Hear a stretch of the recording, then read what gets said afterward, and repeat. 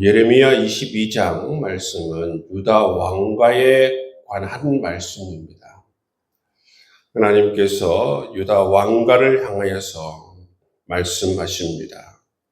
그 말씀은 어제 이어서 동일한 말씀인데 바로 3절 말씀에 보시면 너희가 정의와 공의를 행하라 말씀하십니다.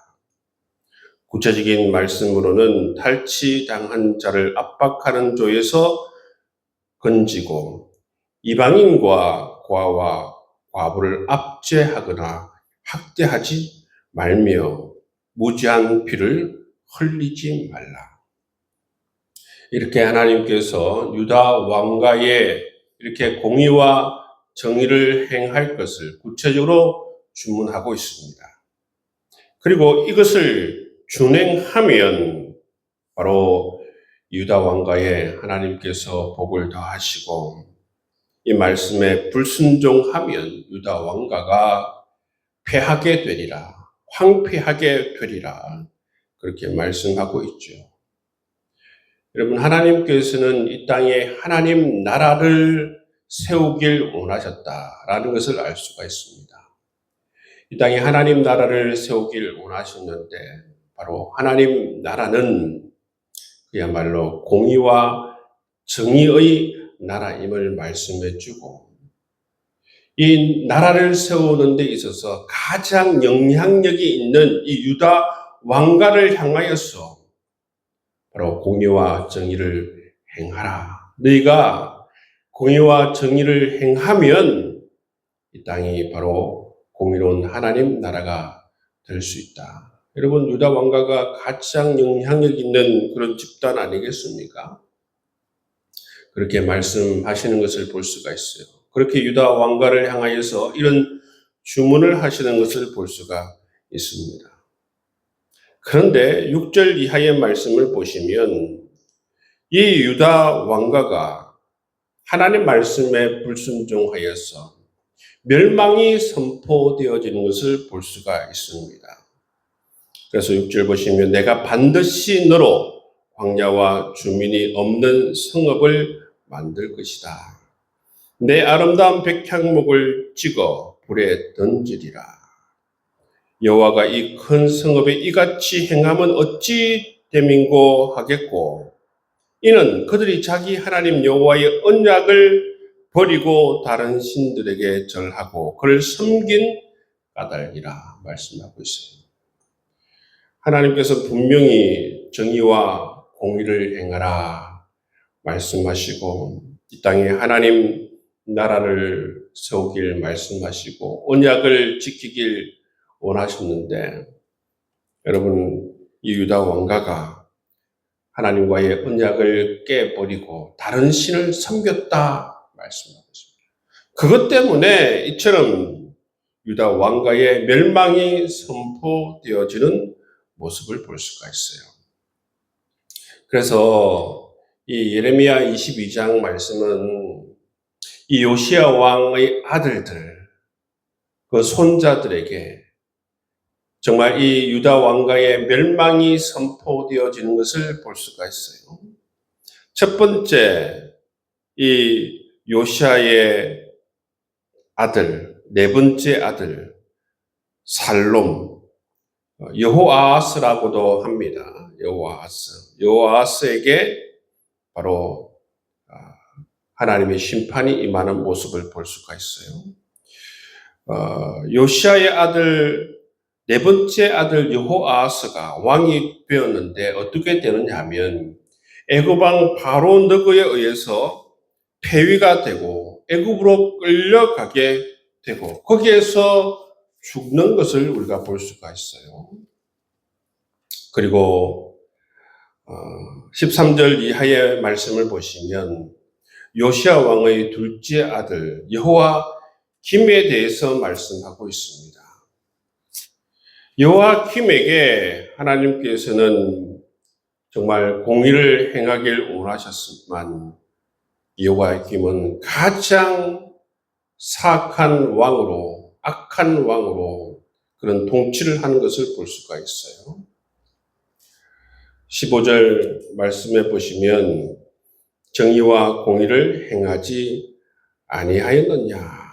17절 말씀에 보시면 탐욕과 무지한 피를 흘림과 압박과 포악을 행하려 할 뿐이니라.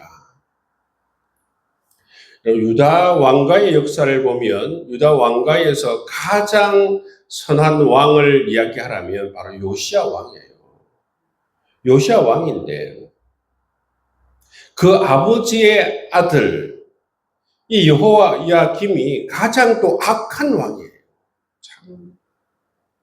여러분 이 유다 왕 중에서 보면 요시야 왕과 히스기야 왕 이 두 왕이 선왕으로 불려집니다. 그 중에서도 요시야 왕이 가장 선한 왕으로 알려져 있어요. 하나님께서 원하시는 그런 나라를 세우기를 위해서 최선을 다할 뿐만 아니라 종교 개혁을 합니다. 그래서 오직 하나님만 섬기는 나라를 만들려고 최선을 다한 왕이 누군가? 요시야 왕이에요. 그런데 여러분 그 두 번째 아들인 여호야김은 정말 아버지가 돌아가신 이후 왕이 되어서 정의와 사랑이 넘치는 나라가 아니고 이처럼 악정을 베풀어서 탐욕과 무지한 피를 흘림과 압박과 포악의 나라로 만들어 버렸다라는 것입니다. 그래서 어떻게 됩니까? 18절, 19절 말씀에 보시면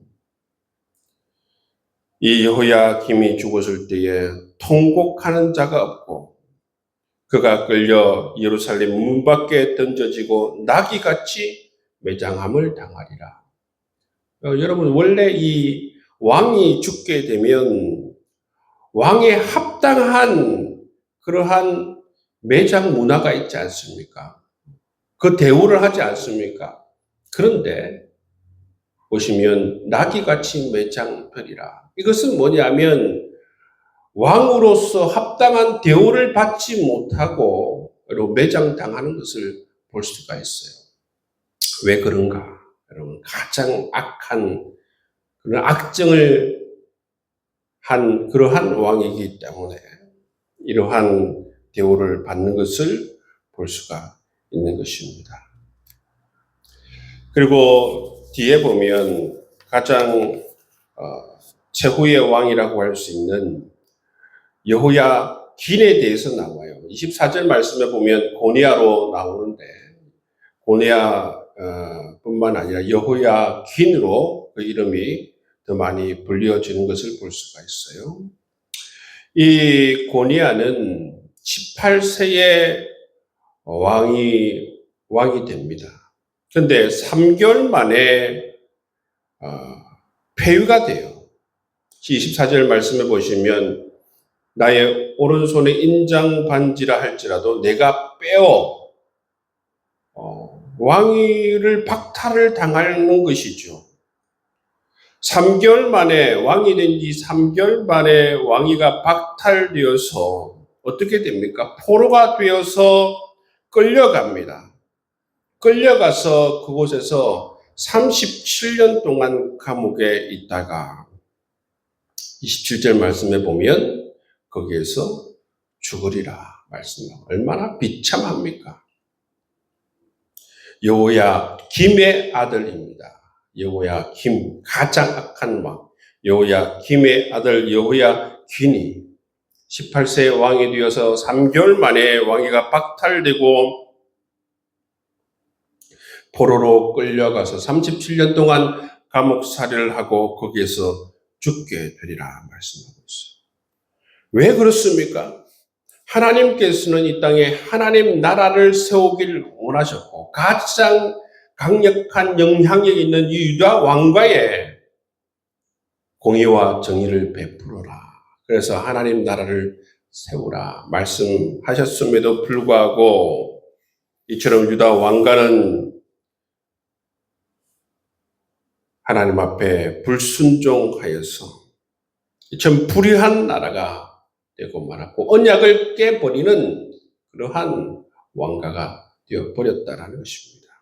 그래서 이처럼 유다 왕가가 망하고 끌려가고 포로가 되고 이 유다 땅에 다시 돌아오지 못하고 거기서 죽는 그러한 처를 맞이하는 것을 볼 수가 있습니다.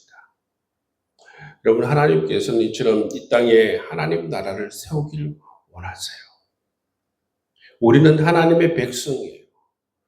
하나님께서는 말씀을 통하여서 우리를 다스리고 통치하십니다. 하나님 나라는 바로 사랑과 정의의 나라예요. 이 두 축입니다. 사랑이 한 축이라고 하면 하나는 바로 공의가 한 축이라는 거예요. 공의가 뭡니까? 억울한 자가 없는 거예요. 힘없는 자들이 힘 있는 자들에 의해서 억울한 일을 당하고 핍박을 당하고 압박을 당하는 그러한 일들이 없는 거예요. 재판을 받을 때에 공정하게 재판을 받는 것을 의미합니다. 그런 나라를 하나님께서는 만들기를 원해요. 일을 시켰으면 그 대가를 지불하는 나라. 그게 바로 공의로운 나라 아니겠습니까? 반대는 뭡니까? 일을 시키고도 돈을 주지 않고 판결을 굽게 하여서 억울한 자가 생겨나게 하고 권력을 가지고 여러분 힘없는 자들을 괴롭히는 것이 불의한 나라인 것입니다. 우리를 통해서 하나님께서는 이 땅에 하나님 나라를 세우길 원하신다라는 거죠. 그런 자들에게 하나님께서 반드시 축복해 주겠다. 그렇지만 이처럼 불의한 사람, 하나님 백성답지 못하는 불의한 삶을 살아가는 사람들에게는 하나님께서 이런 유다 왕가가 당한 여러 가지 어려움들을 당할 수밖에 없다. 그렇게 말씀하시는 것을 볼 수가 있습니다. 여러분, 이 말씀을 듣고서 여러분 우리가 어떻게 살아야겠습니까? 우리는 이 지상에 하나님 나라를 건설하길 원하시는 하나님의 뜻을 가지고 하나님 백성으로서 사랑과 공의로 하나님 나라를 세워나갈 수 있는 여러분 될 수 있기를 주의 이름으로 축복합니다. 이 시간 주의 말씀